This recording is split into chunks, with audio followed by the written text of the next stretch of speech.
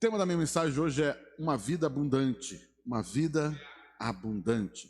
João capítulo 10, famoso capítulo do Evangelho de João. João capítulo 10, vamos ler a partir do versículo 7.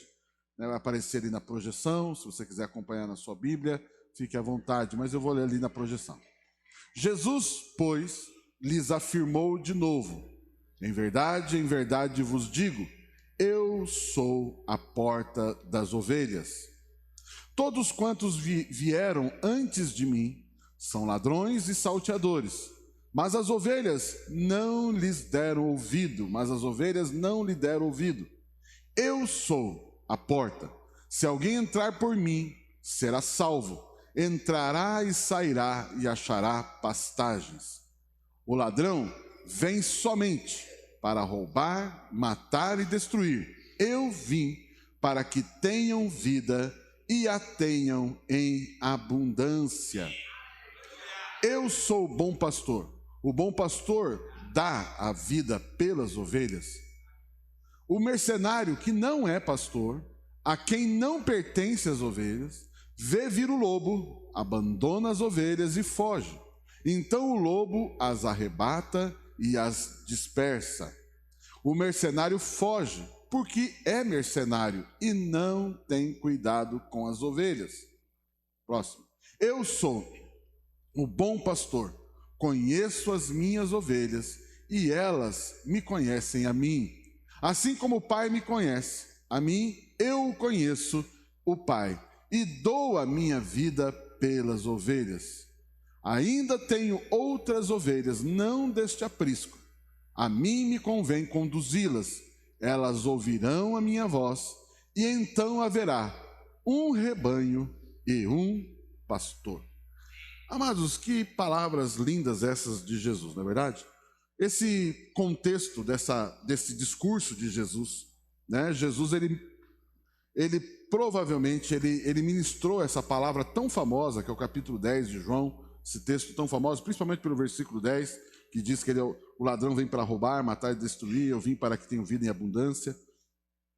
O contexto aqui, Jesus está naquele momento em que ele curou um cego, ele fez um barro com a saliva, e ele coloca nos olhos daquela pessoa, e diz para ele ir lavar-se no tanque de Siloé. Após lavar os olhos, ele então volta a enxergar, um milagre extraordinário ali, ao lavar ali o rosto.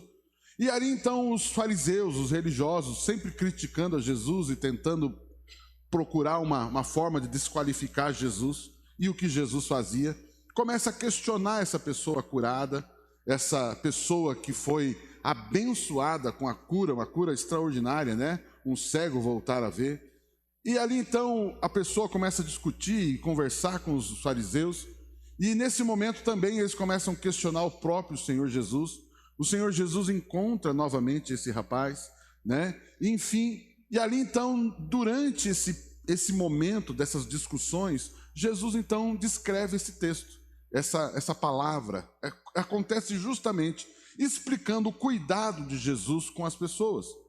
E então Jesus, para mostrar o porquê se preocupa com as pessoas, o porquê quer fazer o bem para as pessoas, então ele usa esse discurso tão famoso, e ele usa um modelo para explicar a sua relação com as pessoas.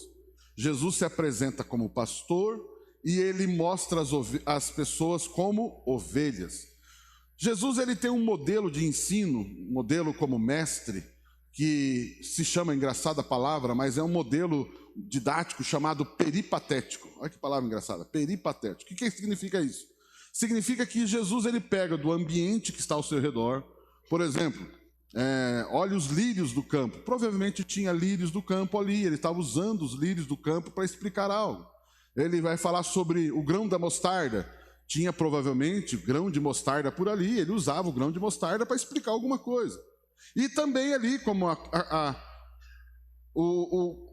o trabalho, a profissão de pastor era muito conhecida, então Jesus se coloca nessa posição de pastor. E ele diz: eu sou o bom pastor, eu cuido das minhas ovelhas. E ele diz o seguinte também: Eu sou o bom pastor e existe então um mercenário. Mercenário o que é? Mercenário é aquela pessoa que diz que cuida das ovelhas, mas cuida por interesse. Quando a coisa aperta, ele foge.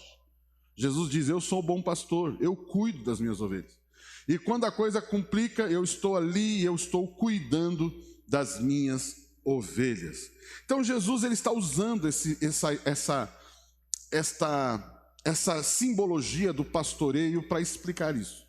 Domingo passado eu falei também sobre pastoreio e falei que sobre o Salmo 23, quando diz a sua vara e o seu cajado me consolam, também uma outra explicação, um salmo que fala Deus como pastor e nós e os homens como ovelhas.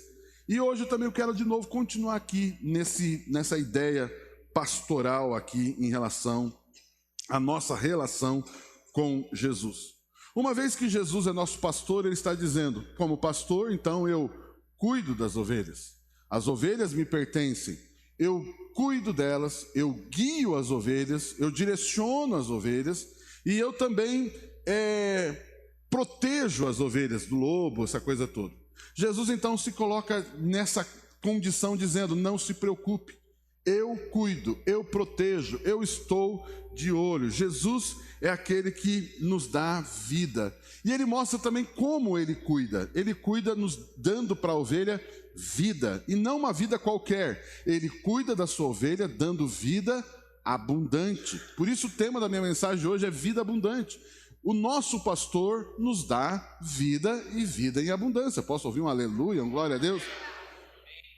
Querido, ser pastoreado por Jesus significa você receber dessa vida, receber desse estilo de vida. Então, Jesus se revela como Ele é, Jesus revela quem nós somos para Ele, e Jesus revela aqui como Ele cuida de nós. Então, Ele se coloca, Ele é o pastor, eu e você somos as ovelhas, e como que Ele cuida de mim e de você?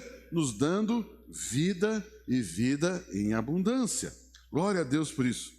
Então é sobre isso que eu quero conversar com você, e nós precisamos então entender um pouco mais esta relação entre pastor, ovelha e o estilo de vida que essas ovelhas têm. O primeiro ponto da minha mensagem então, para nós conversarmos, precisamos entender o que significa Jesus, o nosso pastor. Vamos conversar um pouquinho sobre esse pastoreio de Jesus. Jesus então usa essa analogia para revelar então quem Ele é e como as pessoas são para Ele e para o Pai. Nós somos ovelhas e Ele é o nosso pastor, como eu já disse. Outro ponto que é importante você entender nisso, as ovelhas pertencem ao Pai e Jesus coloca Jesus para cuidar das ovelhas. Então quem é o dono das ovelhas? Deus, o Pai. E quem que cuida das ovelhas? Jesus. Jesus é o pastor que cuida das ovelhas. Então para você e eu recebermos qualquer a bem-aventurança, qualquer cuidado, qualquer direção de Deus, nós temos que esperar isso vir através de Jesus. E como que isso vai chegar até nós? Através da relação pastor e ovelha. Queridos, para que você e eu recebamos qualquer coisa de Deus, nós precisamos entender que Ele vai usar o pastoreio de Jesus, e tudo que Deus nos der virá através de pastoreio. Queridos, todas as bênçãos de Deus, toda a direção de Deus, todo o cuidado de Deus e esta vida abundante vem através de pastoreio. Quanto mais Jesus é o seu pastor, quanto mais você é ovelha, mais você usufrui do que Deus tem para a tua vida. Simples assim. Queridos, simples assim. Então, isso aqui é muito importante nós entendermos. Nós precisamos entender que quando se fala de ovelhas, ele cita em algum momento do texto que eu li, que ele fala que existe um outro aprisco, e eu também preciso salvar essas pessoas do outro aprisco. O que significa isso? No mundo só existe 2 apriscos. O que é aprisco? É o lugar onde a ovelha fica quando não está no pasto. A ovelha, quando não está num pasto, ela está num aprisco, sendo protegida, cuidada. Existem 2 apriscos. Um aprisco é Israel.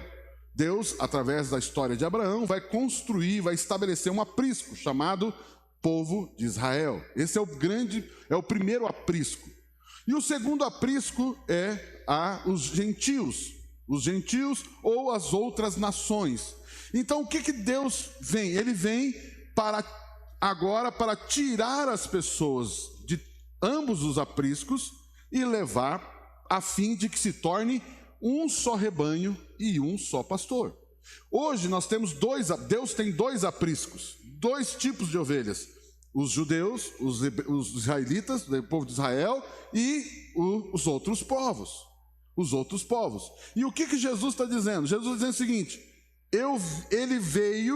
Jesus veio como pastor, e ele vem para tirar as pessoas do aprisco. Se você ler o capítulo inteiro, ele vai dizer: Jesus ele vem e o porteiro do aprisco abre a porta para que as ovelhas saiam. Ou seja, Jesus está dizendo: eu quero formar um único rebanho e ser o único pastor.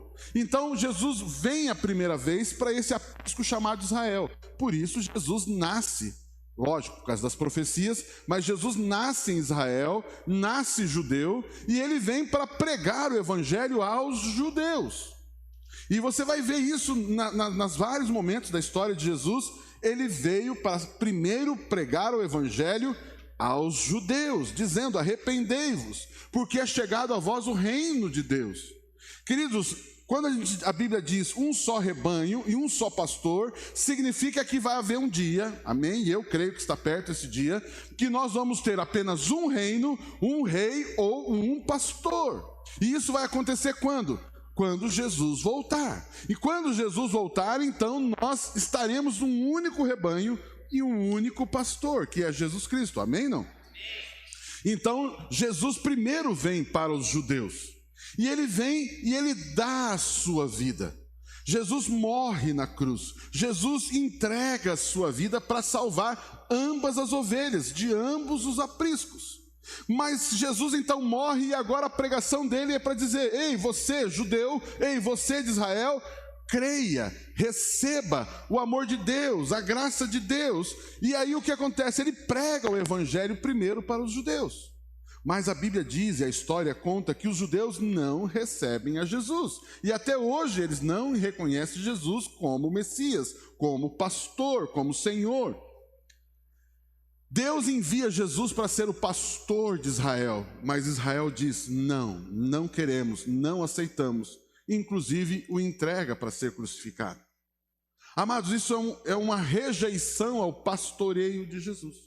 Quando Jesus então é rejeitado pelos judeus, pelo povo de Israel, ele é rejeitado, então agora começa a era dos gentios, que é a era onde o momento, o tempo, a dispensação de tempo, aonde Jesus vai enviar a igreja, aqueles que creem em Jesus, para pregar a todas as nações. Ide por todo o mundo e pregai o evangelho a toda criatura e fazei discípulos de todos os povos. Posso ouvir um amém, um aleluia? Agora Jesus está dizendo o seguinte: já que esse povo não quis, agora vamos para as nações. E eu e você temos que nos alegrar muito, porque ele está falando da gente. Nós somos o outro aprisco. Amém, glória a Deus, porque nós somos descendentes dos outros povos. Todos nós aqui, a não ser que tenha alguém que é judeu aqui ou é descendente de Israel. Mas nós somos desse outro aprisco. E agora o evangelho chegou ali, e Jesus então é o nosso pastor. Jesus é o nosso pastor e dá vida agora. Coloca para mim, por gentileza,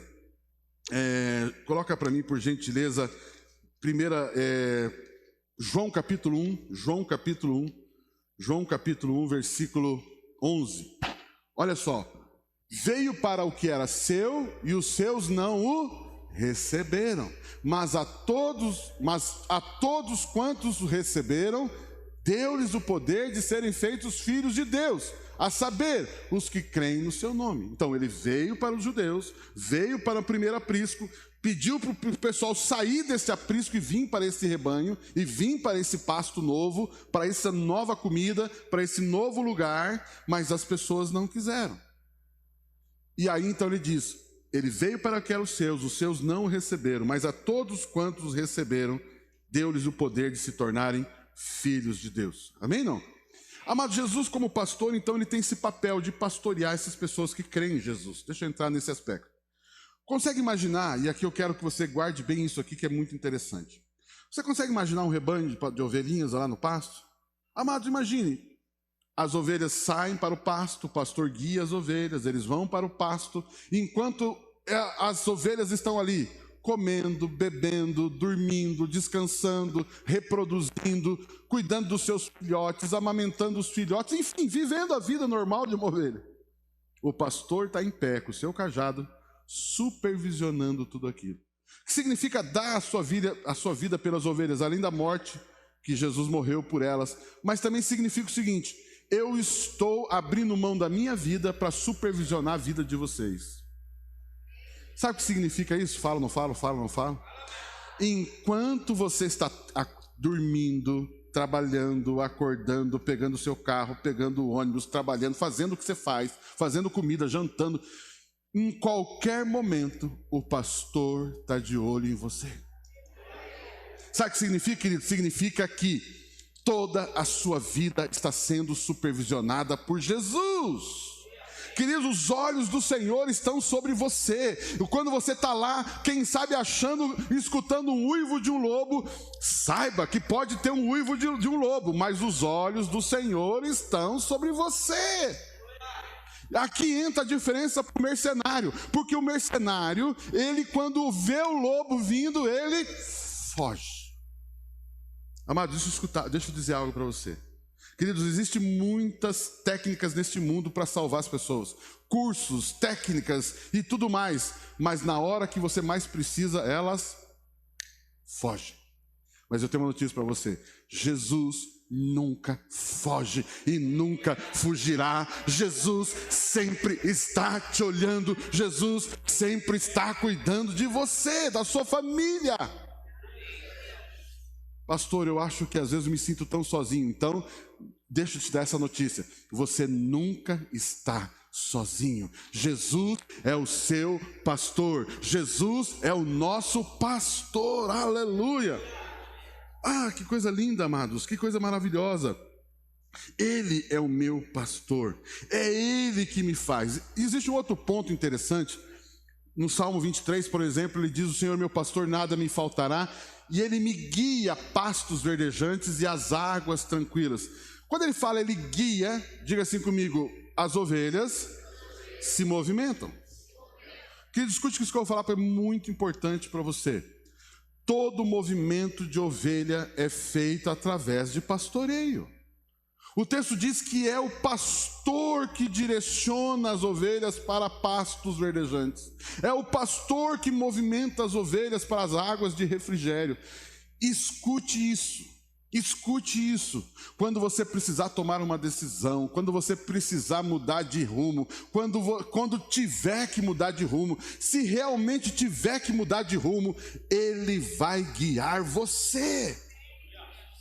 Amados, isso é maravilhoso. Escute isso que eu vou falar para você. E muitas vezes você vai ter que se movimentar. E muitas vezes eu e você vamos ter que tomar decisões. E muitas vezes você e eu, nós vamos ter que migrar para lá, para cá, ou fazer, não fazer, mudar de etapas nos processos que estamos vivendo.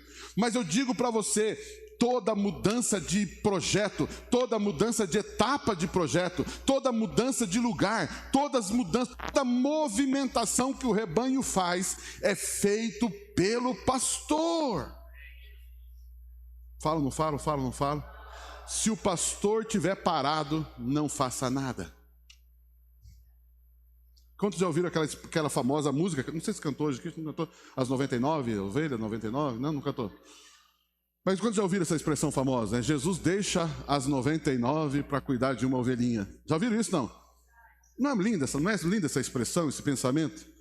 Mas, amados, o que essa bendita dessa única ovelha se desviou das 99? A gente sempre olha o pastor que busca a única ovelha, né? A questão é a seguinte: por que essa única ovelha saiu do meio das 99? Porque ela achou que ela podia se movimentar sozinha. E toda ovelha que se movimenta sozinha, o pastor vai ter que socorrer. Graças a Deus, que Deus enviou um pastor maravilhoso, e ele vai atrás daquela que se desgarrou das 99.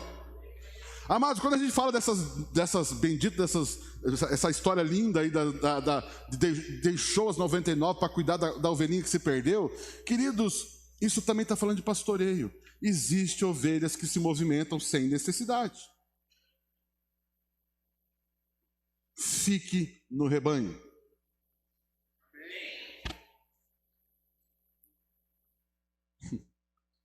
Fala, não falo, fala, não falo. Você promete que não vai ficar bravo comigo? Difícil prometer isso, não é verdade? Amados, uma pessoa que não está no rebanho, não entende o que significa Jesus ser o pastor. Ainda não conheceu Jesus como pastor. E eu vou dizer algo para você: se Jesus é pastor, ele é pastor de um rebanho e não só de uma ovelha. Diga assim: todo pastor é pastor de rebanho. Sabe o que significa isso? Jesus não te vê sozinho. Jesus não te vê desgarrado. Você consegue imaginar, Hélio?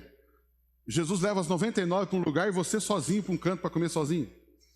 Oh, que bonito. Ele tem um pastinho exclusivo para ele. Está vendo essa moitinha aqui? É só para você.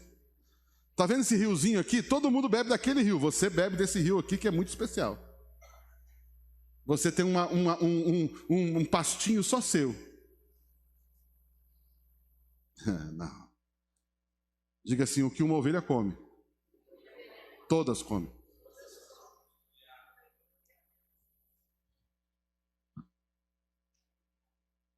Você e eu precisamos entender isso de uma vez por todas. Ovelha sozinha dá trabalho para o pastor.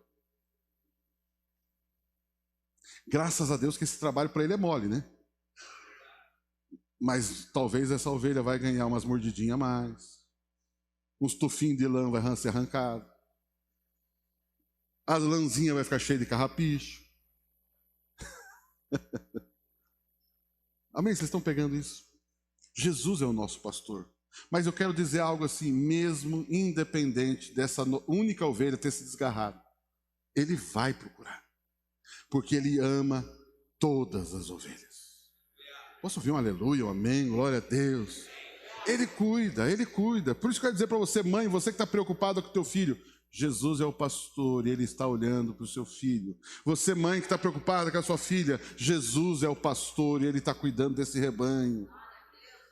Amém, amados, creia nisso. Quando você pensar em alguém que está meio desgarrado, sofrendo, levando umas mordidas aí, né? Tem lá aquela ovelhinha que você está ouvindo assim, ela já está toda assim, um pouquinho de, sabe aquela lã despelada? Saiba que, e diga sempre vai orar e diga assim: Senhor, eu creio que tu és o pastor dessa pessoa. Eu creio no teu amor por ela, eu creio no seu amor por ela, eu creio no seu amor por essa pessoa, e eu quero declarar que ela é amada, e ela será cuidada, ela será trazida de volta. Daqui a pouco essa ovelha vai estar no rebanho de novo, e vai estar curada. Falo, não falo? Falo, é claro que eu falo, porque isso é bom demais. Eu e você vamos assistir pessoas machucadas voltando no colo de Jesus. Sabe aquela figura do pastor trazendo aquela ovelhinha machucada no ombro assim? Esse é o nosso Jesus. Esse é o nosso Jesus. Eu tenho orado muitas vezes, Deus, aquela ovelha que está desgarrada, aquela ovelha que não achou nenhum lugar, está perdida nesse mundo, levando mordida de lobo, sendo enganada por mercenário. Senhor, eu abençoo essa pessoa para que ela volte, eu abençoo essa pessoa para que ela retorne, eu abençoo essa pessoa para que ela saia dessa vida isolada. Essa tem sido minha oração. Deus, traga de volta, traga de volta, traga de volta, traga de volta. Sabe por quê? Porque eu estou orando para quem é pastor. E eu estou orando para quem cuida. Amém, amados? Por isso a importância de Jesus está dizendo: eu sou o bom pastor das ovelhas. Amém? Alguém recebe essa palavra? Amém. Pai, nós somos isso. Agora outro aspecto que eu quero colocar um pouco mais. Aliás, antes disso, diga assim comigo: eu estou com Jesus, o meu pastor, e ele tem para mim uma vida abundante. Amados, esse pastor vai conduzir você a uma vida abundante. Mas deixa eu falar um pouquinho mais sobre agora ovelhas. Jesus é pastor e ele nos vê como ovelhas. Se Jesus usou essa figura para descrever, precisamos nos ver assim, viver assim, descobrir o que isso significa. Precisamos entender essa qualidade, esse papel de ovelha. Salmo 95, versículo 6, olha só esse texto. Salmo 95, versículo 6. Vinde, vinde e... Vinde e quê? Adoremos e prostremos. E ajoelhemos-nos. Amados, adoremos, prostremos-nos e ajoelhemos-nos. É um verbo no singular ou no plural? Venham. Ei, rebanho, vinde e adorai juntos. Vamos celebrar juntos. Vamos contemplar juntos. Vamos fazer o que temos que fazer juntos. Olha lá, e ajoelhemos diante daquele que nos criou, versículo 7.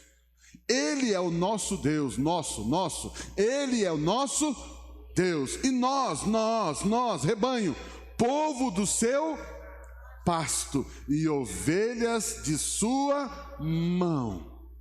E aí eu só vou ter essa parte. Hoje, agora, nesse momento, se ouvirdes a sua voz. Põe o próximo versículo.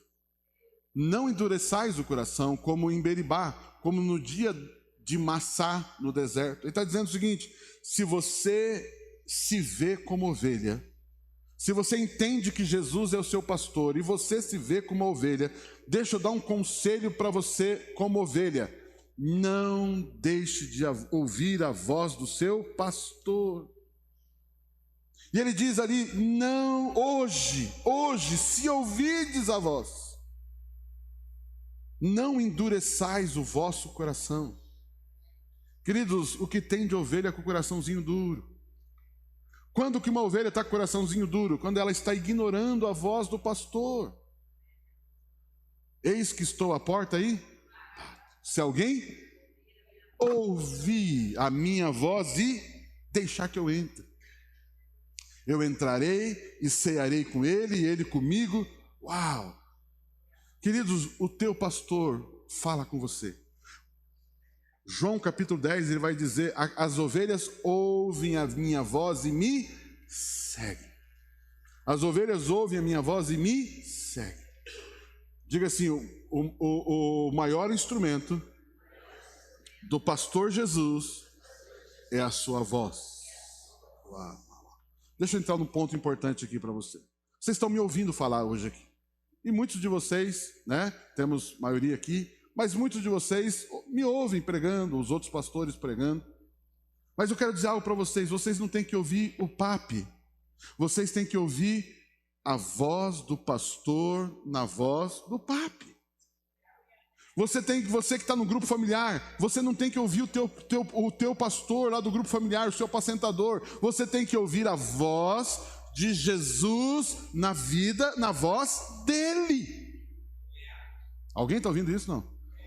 Aí entra um segredo maravilhoso: você precisa aprender a ouvir a voz de Jesus. O que significa isso? Se você aprender a ouvir a voz de Jesus e você escutar o pape, se o pape estiver falando de acordo com a voz de Jesus, você vai dizer: amém, eu recebo, é de Deus. Mas se de repente um dia o pape resolver falar uma besteira, isso é muito possível, você vai dizer o seguinte: ei, não, isso aqui não é a voz de Jesus.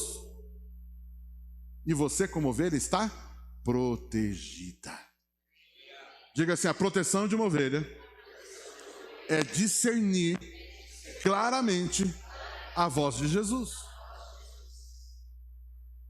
Querido, se você ouvir a minha voz e encontrar naquilo que eu estou pregando hoje Jesus falando com você, uau, aí é maravilhoso. Aí você viverá abundantemente. Vida abundante está condicionada a você ouvir a voz de Jesus, o seu pastor. Amém, não? Amados, isso é muito importante. Existem muitas vozes nesse mundo. Existem muitos sons nesse mundo. Existem muitas informações nesse mundo. Mas eu quero dizer para você, você precisa aprender a ouvir a voz de Jesus. Deixa eu dar um exemplo bíblico que é muito lindo, muito lindo. Quem conhece a história de Samuel, profeta? Menino, novo, piá, guri, né? Piazão, gurizão. E de repente ele está dormindo. Samuel, Samuel. Para onde ele vai? Ele acorda, ouve o nome dele, corre para o pastor dele, Eli. Pastor, sacerdote, o senhor me chamou? Não, piá, volta a dormir, né? Não te chamei não. Tá bom. Voltou a dormir, mais um pouquinho. Samuel, Samuel. Correu para onde? Para Eli. Eli, seguinte, você me chamou? Desculpa atrapalhar o teu sono aí, mas o senhor me chamou? Não, piá. Espera um pouquinho. Esse menino está ouvindo uma voz diferente. Ele está ouvindo, Deus deve estar falando com ele. E aí o pastor, coisa mais linda. Eli, figura de um pastor, ensinou Samuel a ouvir a voz de Deus. E ele diz o seguinte: se você ouvir de novo, diga, fala que o teu servo ouve. Voltou a deitar. Samuel, Samuel, fala que o teu servo ouve. Primeiro ele falou porque o cara mandou ele falar, né? Fala que o teu servo ouve, não é que o Deus falou. Tá certo que o recado não foi muito bom para Eli, mas enfim. O meu papel hoje aqui, e tem sido nesses anos, 12 anos, é ensinar você a ouvir a voz de Jesus. Eu e você precisamos ouvir, aprender a discernir a voz de Jesus. A Bíblia diz que quando no caminho de Emaús dois discípulos estavam indo embora, desistindo, desanimado, frustrado, decepcionado. A Bíblia diz que Jesus aparece, começa a conversar com eles. E aí quando Jesus desaparece, Jesus se revela e desaparece. Jesus já tinha ressuscitado. Eles falam uma frase que eu acho maravilhosa. Eles dizem assim: porventura não ardia em nós o coração quando ele pelo caminho nos abria as Escrituras? Deixa eu dizer algo para você. Quando você está aqui ouvindo o pastor falar, seja eu, seja qualquer um, ou se você está lendo um livro, se você está vendo lá na internet alguma coisa, se você está escutando uma música, se você está numa conversa com uma pessoa e de repente o seu coração começa a ser incendiado. Deus está falando com você. Pastor, o que significa coração incendiado? Não sei. Mas eu sei que você sente. Existe algo. Você começa a ser quebrantado.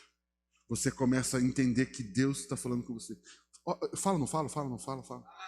Tem muita gente que fala assim: pastor, eu queria aprender a ouvir Deus. Você já sabe. Você já sabe.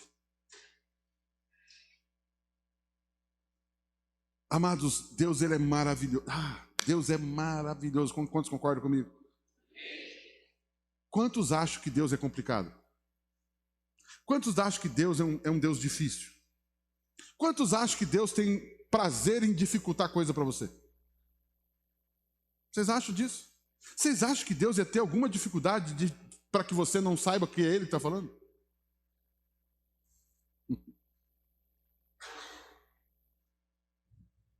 Eu vou dizer algo para você. Deus consegue falar com um bebê. Cadê? Tem um bebê hoje aqui? Não. Os bebezinhos estão todos... tem lá. A Chloe está lá no colo da mamãe lá. Você acha que Jesus não consegue falar com um bebê desse?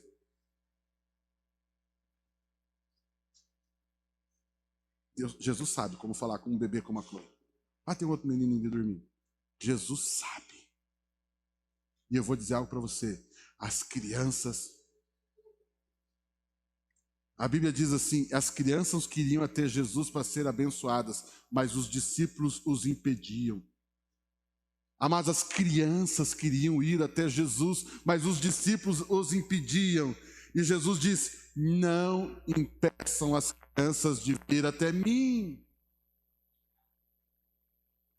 Lá no fundo do seu coração, você sabe que Deus está falando para você. Você sabe que Deus está dizendo: não entre nessa. Não vá por aí. Você sabe que Deus está dizendo para você. Você sabe que quando você está fazendo uma coisa errada, uma coisa que Deus não queria, você sabe, porque você sente um desconforto dentro de você. Falo, não falo, falo, não falo? Falo. Toda vez que eu e você estamos fazendo alguma coisa errada, a gente sabe.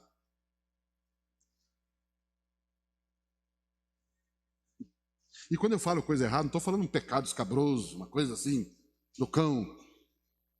Você sabe que você deveria estar fazendo outra coisa e não fez. E você tenta arranjar desculpas para você não fazer. Não, mas é por causa disso. Mas não é tempo ainda. Você sabe. Porque a voz do Senhor é suave. A voz do Senhor é meiga. Eu gosto daquela música que nós cantamos agora há pouco. Gentil. Gentil, cavalheiro, educado. Assim é Deus. Sabe por quê? Porque Ele é o seu pasto. As ovelhas conhecem a sua voz. Por isso, se hoje ouvirdes a sua voz, não. Amém? Vocês estão comigo aqui, não? Amados, isso aqui é muito importante. Muito importante, muito importante. Mas a maior parte das ovelhas deste aprisco, a maior parte nós precisamos entender e ouvir essa voz. Ouvir essa voz, ouvir essa voz. Sendo ovelhas de Jesus, precisamos conhecer essa voz, seguir essa voz. E amados, é onde que essa voz está? Lá no seu espírito. Querido, escute isso. A voz de Deus não está na sua alma, a voz de Deus está no seu espírito.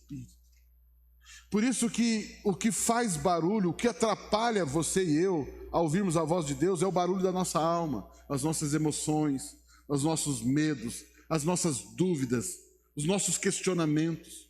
O que mais que faz eu e você temos dificuldade de ouvir a voz de Deus? As circunstâncias que fazem barulho ao nosso redor. O barulho das ofensas, o barulho das ameaças, o barulho da euforia das festas. O barulho da euforia das coisas supérfluas. Mas lá no fundo do seu coração você sabe. Alguém está aqui comigo? Amados, é lá no seu espírito. Agora eu quero falar um pouquinho sobre você, vida abundante. Jesus disse que essas ovelhas teriam uma vida e vida em abundância. Quando a Bíblia diz vida, eu quero dividir esse texto, essa expressão vida abundante em duas partes. Vida e vida em abundante. Primeiro, a vida você ganha uma vida nova, a nova criação, você é salvo. Diga assim, quando eu creio em Jesus, eu ganho uma vida eterna. Eu ganho a salvação. Eu me torno nova criação. Ponto. Você aceitou Jesus, nasceu de novo, você ganha vida. Mas o texto diz, ganha vida em abundância. O que é vida em abundância? É a vida após a salvação. Você, agora que você tem a vida de Deus, você precisa viver a vida. E essa vida, ela se manifesta de uma forma abundante. Alguém está aqui entendendo? Abundante, diga assim, a vida de Deus em Cristo Jesus é uma vida abundante. Eu vou falar um pouquinho mais sobre isso. Coloque Romanos 5,17. Romanos 5,17. Se pela ofensa de um e por meio de um só reinou a morte, muito mais, os que recebem abundância, perceberam a abundância? Estão vendo a palavra abundância, vida abundante? A abundância da graça e o dom da justiça reinarão em vida, por meio de um só, a saber, Jesus Cristo. Diga assim, vida abundante é reinar em vida. Diga assim, reinar em vida é ter uma vida abundante. O que eu quero dizer com isso? Você só reina em vida se você viver abundantemente. Quando você está vivendo abundantemente, você manifestará vida. O que significa abundância? A palavra abundância lá em João 10 diz, eu vim para que tenham vida e vida em abundância. Vida abundante significa ter o suficiente e ainda mais. O que significa abundância? No grego é a palavra perissos, que significa que excede algum número ou alguma medida. Diga assim, a vida abundante é sempre algo que vai além do que eu preciso. Quantos já viram testemunhos do tipo, eu precisava de R$ 253,25 e apareceu o dinheiro na minha conta, aleluia. Milagre? Não tenho dúvida, mas eu quero dizer algo para você. Vida abundante é ter aparecido R$ 556, R$ 1.000, R$ 2.000. A marca de Deus é a abundância. Diga assim, a marca do meu Senhor, do meu pastor, é sempre abundante. Pastor, eu nunca experimentei isso. Você crê que Deus te dá vida abundante? Então diga assim: eu creio que em Cristo Jesus eu tenho o direito e a graça de ter uma vida abundante. Diga à pessoa que está do seu lado: Deus tem abundância para a tua vida. Agora diga para outra pessoa: amém, eu creio. Diga: eu recebo. Eu quero dizer, essa voz que você acabou de ouvir desse amigo, desse colega, dessa pessoa que está do seu lado, se você ouviu a voz de Jesus nas palavras dele, diga assim: eu creio, não porque eu ouvi o meu irmão, não porque eu ouvi o pastor da igreja, mas porque eu ouvi Jesus. Aleluia. Aleluia. Talvez alguns pensem assim: já vem esses pastores com aquela teologia da prosperidade, pregação da prosperidade. Amados, existe sim algumas questões assim, alguns exageros, mas, queridos, não anule a prosperidade abundante ou a vida abundante por causa de erros de pessoas. O teu pastor, o meu pastor, tem para mim e para você uma vida abundante. Amém, não? Amado, significa isso. Quer ver? Olha só, Efésios 3,19. Vocês estão comigo aqui ainda não? E conhecer o amor de Cristo que o quê? Peraí, o quê? Excede o que é? O que é algo que excede? Excede todo. Diga assim: o que Deus tem para mim é muito superior ao que eu entendo. Diga assim: eu não sou abençoado de acordo com o meu entendimento. Ah, mas você entende isso? Ah, mas se você quer a bênção na medida que você entende, diga assim: eu tenho direito e graça de uma vida abundante, muito além do que eu entendo que é isso.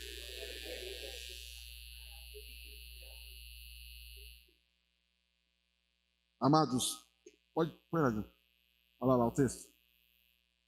Que excede todo, para que sejais tomado de toda. O que Deus quer dar para você? Aliás, o que Ele já te deu? Diga assim: o meu pastor, Jesus, me faz viver a plenitude de Deus. Se você não entender que isso é algo abundante, eu não sei mais do que é abundante para você. Plenitude de Deus. Meu Deus, meu Deus, meu Deus. Agora outro versículo. Se você não se animou com esse eu acho que você vai se animar. Ora, aquele que é poderoso para fazer o quê? Não é meio redundante infinitamente mais? Não poderia botar só infinitamente? Já não é uma coisa enorme? Ou se colocasse mais, já também não seria algo grande? Aquele que é poderoso para fazer mais.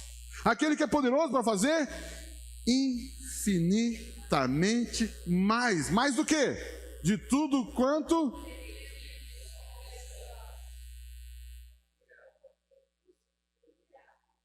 Deixa eu dizer algo para você. Todo pedido nasce do seu pensamento. Você pensa num problema, você pensa numa situação, define uma solução. Deixa eu fazer uma pergunta. Quanto você precisa de dinheiro hoje? Não, quanto você precisa de dinheiro hoje? Você percebeu essa frase? Deixa eu fazer os cálculos. E ela vai calcular, a calculadora vai dar um valor e ela vai pedir aquele valor.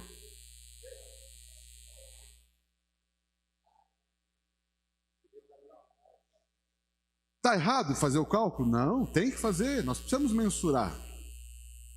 Quanto custa o teu sonho? Quanto custa o que Deus tem para você? Quanto você precisa? Eu não sei a resposta que você vai dar. Eu só sei o que está escrito nesse texto. Ele é poderoso para fazer infinitamente mais de tudo que você. perde a bênção. Falo, não falo, falo, não falo, falo, não falo. Eu preciso pedir para ele fazer mais do que eu estou pedindo? Não, peraí, vamos lá. Eu preciso pedir para Deus fazer mais do que eu estou pedindo? Já não está implícito que ele vai fazer mais? Então para que pedir? Diga assim: eu creio que tudo que eu pedir será dado infinitamente mais.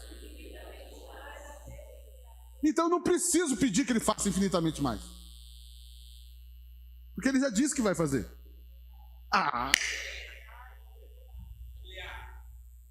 única coisa que eu e você precisamos é mudar a cabeça. Deixe a voz do Espírito, a voz do pastor falar com você.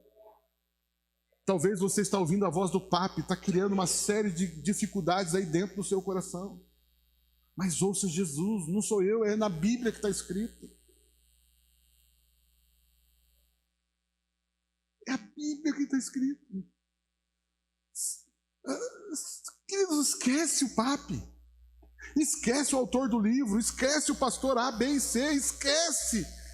Ouça a voz de Jesus, doce, suave, verdadeira, digna de toda confiança. Coloque a sua fé no que Jesus diz, porque se você colocar a tua fé no que eu estou falando, é no que Jesus diz. As ovelhas ouvem a minha voz. Alguém está ouvindo essa mensagem? Oh, coisa linda! A abundância faz parte da vida que ganhamos em Jesus. Amados, deixa eu dar alguns exemplos só para ilustrar. Jesus transformou a água em vinho numa festa de casamento. Mas era qualquer vinho? Era qualquer vinho, não? Era o melhor. Se ele desse só vinho, já não estava bom demais? Se ele multiplicasse o mesmo vinho, já não era uma tremenda coisa? Queridos, acabou. Já pensou se ele chega pro cara e fala: não sobrou um golinho aí?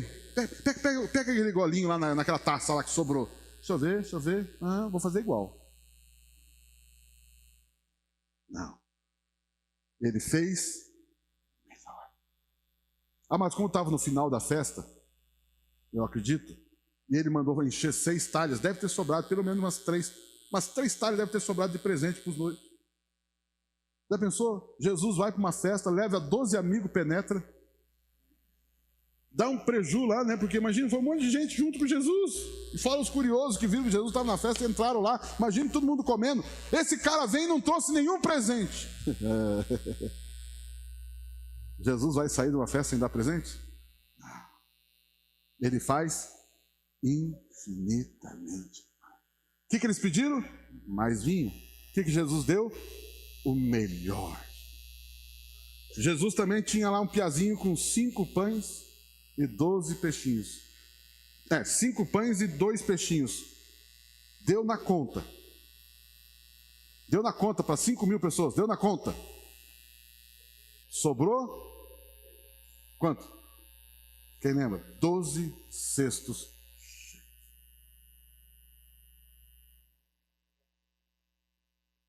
Não, pastor, mas sobrou 12 cestos porque é uma palavra profética que simboliza não sei o quê. Não, sobrou 12 porque Jesus é assim. Meu Deus.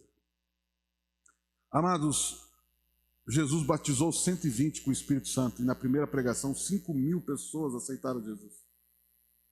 120 pessoas foram cheias do Espírito Santo. Numa única mensagem, não na mensagem dos 120, numa única mensagem de um dos 120, 5.000 homens, pessoas aceitaram Jesus, porque Jesus sempre faz infinitamente. Quantos creem nesse pastor? Diga, esse é o meu pastor. Mas sabe aquele negócio assim, batendo no peito? Esse é o meu pastor, Jesus. Esse é o meu pastor, aleluia.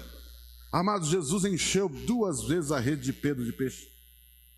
E uma das vezes a Bíblia diz que os barcos quase afundaram. Teve que chamar mais barcos, senão o barco ia afundar. Jesus encheu 2 vezes. Oh, meu Deus, meu Deus. Amados, Daniel e seus amigos foram testados entre os demais sábios do Egito, da Babilônia. Botaram um bando de guri lá, não, guri não era, mas um bando de piá lá, de gente lá, para sábios, estudados. E agora vamos fazer um teste para ver quem um vestibular. E a Bíblia diz que Daniel e seus 3 amigos foram achados, quê? Achado o quê? 10 vezes mais sábios do que todos os demais sábios da Babilônia. Quantos querem que teu filho passe por média?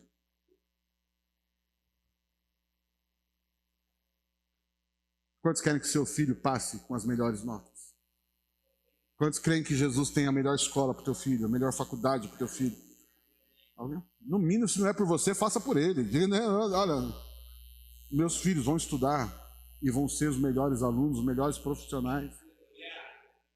Não porque, mas é porque eles são pastoreados por alguém que pastoreia com abundância. Alguém está ouvindo essa mensagem? Amados, Isaac cavou poços, vinha alguém e tomava o poço. Ele cavava outro poço, vinha alguém e tomava o poço. Cavava outro poço, vinha alguém e cavava.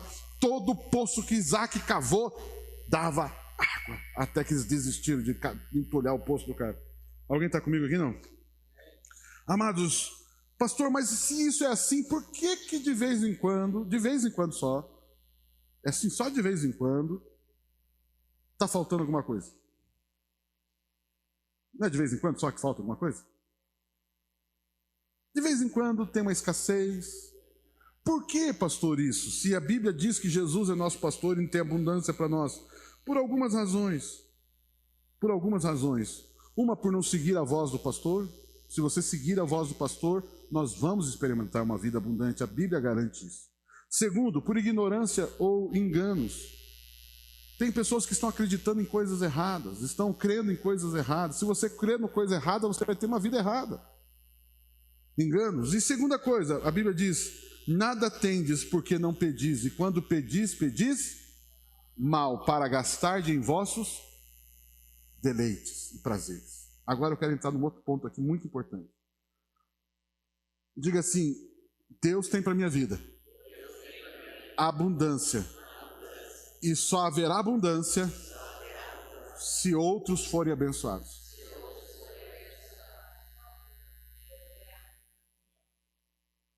Deus te dá abundância para abençoar através de você. Se eu e você somos o tipo de pessoas que retém tudo para nós, queridos, nós não entendemos o pastoreio de Jesus. E certamente nós estancaremos essa abundância. A Bíblia diz que Deus dá pão para quem come e dá semente para quem semeia. Deus dá abundância para quem compartilha. Diga assim: o pastor me dá abundância para abençoar outras ovelhas do mesmo aprisco ou fora do aprisco. Vocês estão comigo aqui? Amados, abundância é o que sobra, é além. É além. Amados, Deus ele nos abençoa com abundância para que a gente possa compartilhar. A Bíblia diz que Jesus, tudo que ele tinha, ele deu. Tudo que ele tinha, ele compartilhou. E ele, tudo que ele tinha, ele compartilhava. Por isso a expressão graça. E compartilhava com todos, com todos, com todos. Uma vida abundante significa distribuir. Distribuir. E agora eu quero entrar num último ponto, e aí eu vou estar encerrando, que é a administração dessa abundância, e tem a ver com isso que eu estou falando. Eu tive uma conversa com o meu pastor, Pio Carvalho, essa semana lá na nossa chácara, lá em Vitimar do Sul. Aliás, alguns jovens nossos fizeram History Makers, né? Foi muito legal lá. Glória a Deus por isso. E um bate-papo com o Pio me ensinou algo ali. Ele já tinha me falado algo, mas ontem ele reforçou isso. Essa semana ele reforçou isso, eu achei muito interessante. Toda pessoa tem 3 bolsos apenas. A expressão que ele usou é peripatético, tá? Ele está usando bolso aqui. Toda pessoa tem 3 bolsos. Quais são esses 3 bolsos que uma pessoa tem? Diga assim: o primeiro bolso,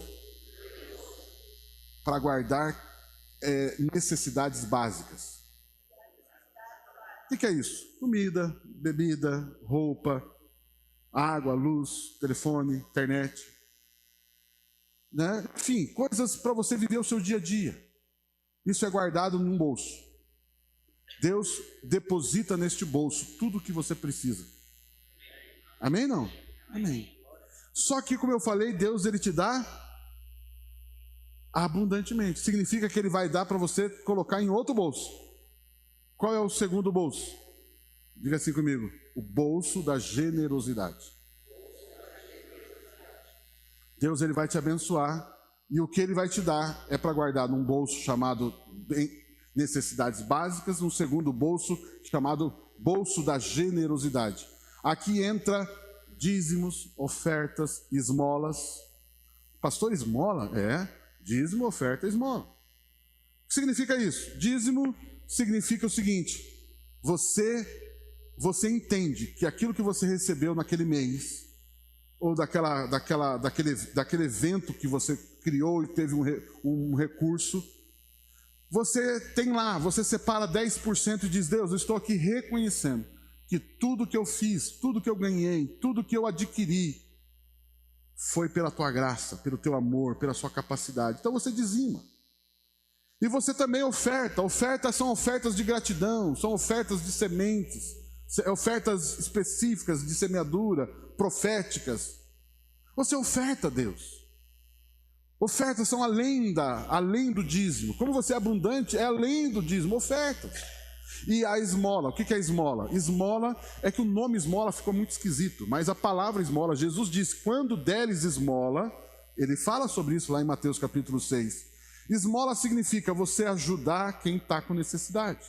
Então, por exemplo, se você conhece um irmão, uma irmã, um parente, um amigo que não tem uma conta para pagar, está com dificuldade, você sente no coração de pagar a luz dele, pagar uma conta, levar uma cesta básica na casa dele, o nome disso é esmola.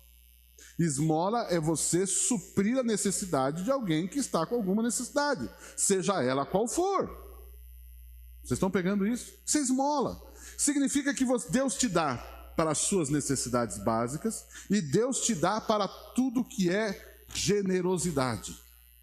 Dízimos, ofertas e esmolas. E terceiro bolso, diga assim: bolso dos projetos. Deus ele vai te dar, amém, aleluia.